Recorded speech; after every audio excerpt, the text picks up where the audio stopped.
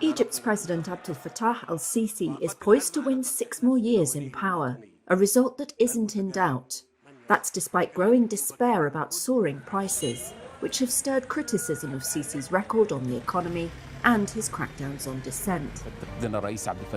In power for close to a decade, the former army chief presents himself as a guarantor of stability in a volatile neighbourhood. 2 wars on Egypt's borders, in Gaza and Sudan, have hardly hurt that image.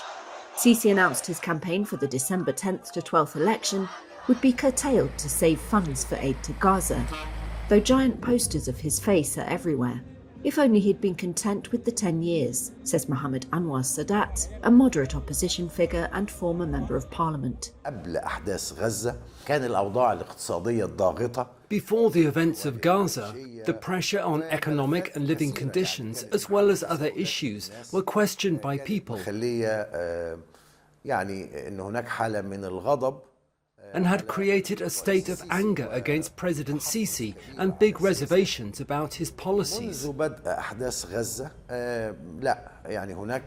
Since the beginning of the events in Gaza, there has been a state of calm and tranquility in the minds of many, who started to feel it was better if the current president continues.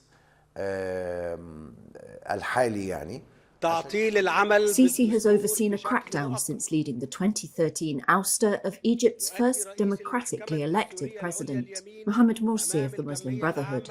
Sisi and the military establishment are tight, while the Brotherhood has been driven underground or abroad.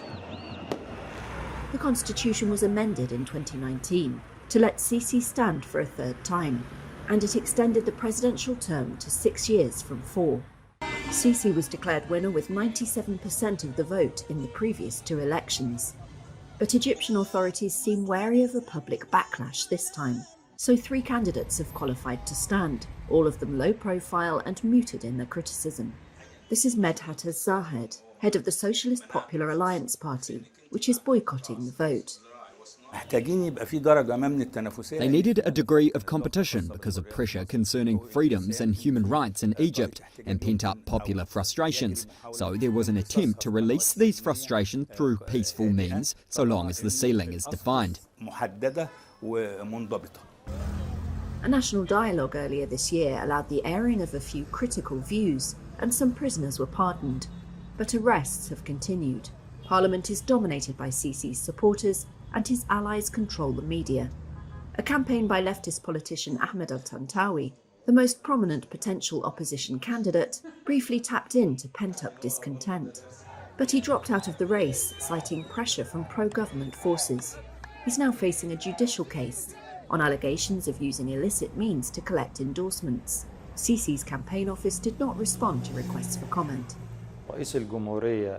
The current president can get at most 1% of the votes out of real support, and I expect he can get 10% of votes using the same ways he used to gather endorsements. But as for the sweeping majority of the Egyptian people, they were waiting for a serious candidate. Fears about the economy have not gone away. The state has crowded out the private sector.